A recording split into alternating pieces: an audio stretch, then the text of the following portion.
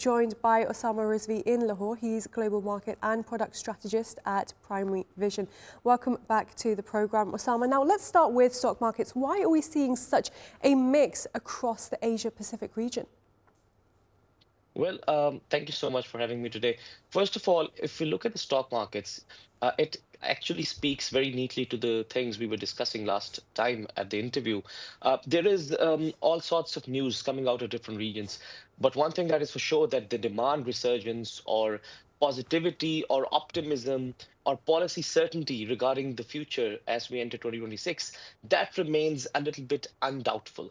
Also, when we look at Asia, especially when we look at Japan, Japanese economy is something that we all should be looking for very keenly. And I think that if there is to be a recession anytime in the next 1 or 2 years, the trigger may come or would come actually from Japan.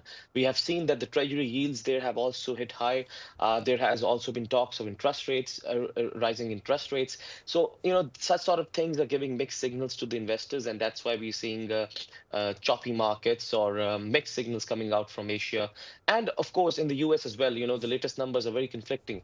Good job markets were expected, inflation is good, but then we also have the government shutdown. More than 105,000 jobs were lost. Overall, we were in a job loss for 2025. So these things are actually giving mixed signals. Right now, gold has retreated from record highs while other precious metals like silver and copper are climbing to new records. What's driving this divide? Well, there are two things, partly fundamentals and partly sentiments. Sentiments, it's the end of the year. We have had a very good bull run on all the commodities, especially the precious metals. So the profit taking by the end of the year, it's holidays, it's quite natural, first thing. The second, fundamentally, if we look at silver especially, now there have been lots of studies in the previous 4 or 5 years, we have seen a consecutive shortfall of the supply of silver.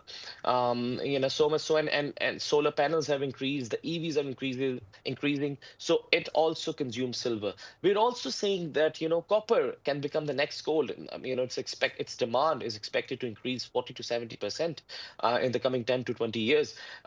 The world is electrifying. It's the electrification of the world that is driving the demand of copper. So both of these, silver and copper, they are being driven more by fundamentals and, of course, a little bit of sentiments. But gold has always been a safe haven. The more uncertainty we will see in the world, the more prices would surge. But I would expect a huge correction in gold in the next year if the Ukrainian peace plan goes through.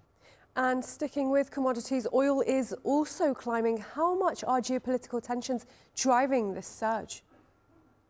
Well, it's not actually. I know there was a very recent study by Oxford Institute of Energy that showed that speculation, not speculation, but fundamentals are driving the oil prices. We have a huge buildup of oil and water inventories, 19% this year. Then we have more non-OPEC supply coming in, Guyana, Brazil, Argentina, the US, the most successful oil story, non-OPEC oil story. It is expected to remain as such. So there is more supply, if not a supply glut, there is more supply, there is less demand. There is uncertainty of what OPEC is going to do. There is uncertainty whether China is going to be continue to buy the same amount of oil that it did in 2025. So that is actually driving the oil prices as well. The recent 1% increase was just temporary. The direction is bearish. Osama Rizvi in Lahore, thank you very much for your analysis.